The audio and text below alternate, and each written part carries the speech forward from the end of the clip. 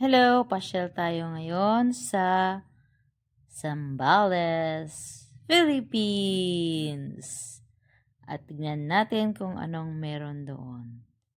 Samahan niyo ako.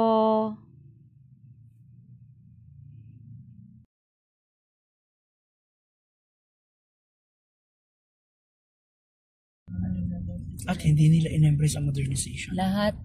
Dito sa Olongapo, lahat ng jeep ay kulay yellow.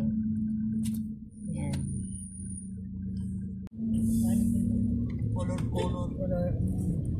Color coding. Ang galing. Ito kung nakapuntahan ko.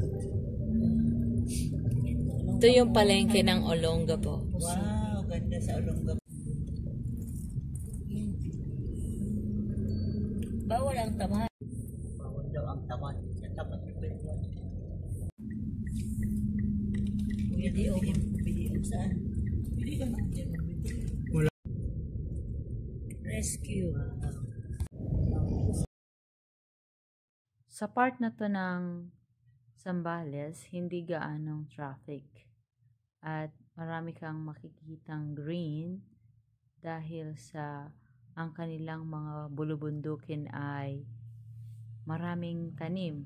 Kumbaga ay hindi siya kalbo, nakagaya ng ibang mga lugar sa bansang Pilipinas na ang mga bundok ay kalbo. Dito hindi, malago ang kanilang mga tanim kahit sa taas ng bundok. At pag napapansin nyo, makikita mo sa tabi na mismo ng bundok, meron ding dagat. Maganda ang view ng lugar na to. Yan, papasok na tayo sa Subic. Ito ang daan papuntang Subic.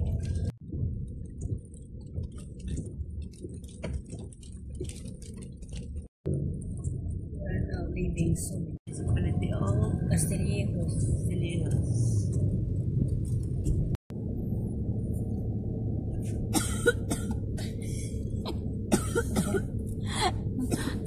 Dito na kami sa Pundake, San Antonio Beach Resort. Mahimik na nga ako.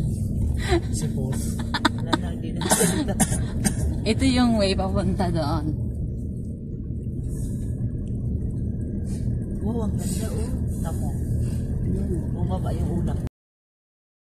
Bago po natin marating ang dagat, ay magbabayad po tayo ng 20 pesos each para sa environmental fee.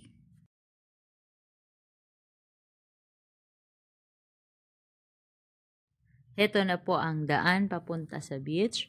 Pag napapansin nyo, medyo makipot ang daan. Pero kasya naman ang two-way. At ito, narating na natin ang beach dito sa Zambales.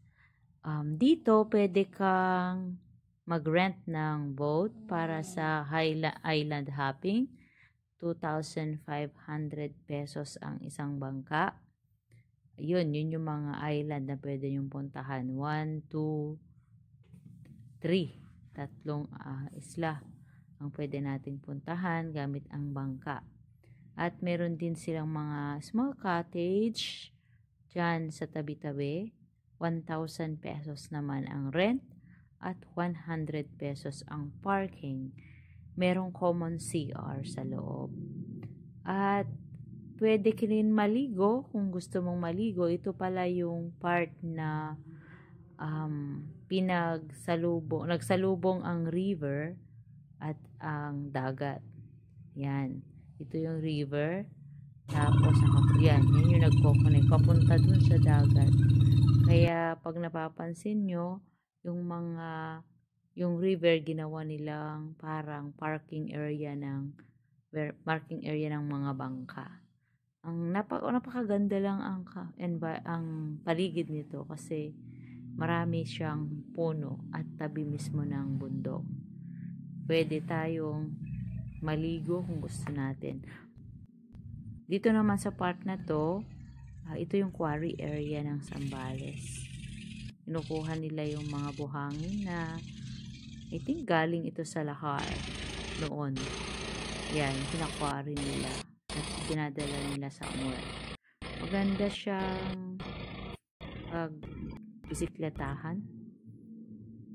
Ayan, pauwi na tayo. Uwi na tayo kasi uulan na naman. Ito na yung daan pauwi ng Pampanga. Magandang busugin natin ang ating mata sa green, very green everywhere na paligid. Bye!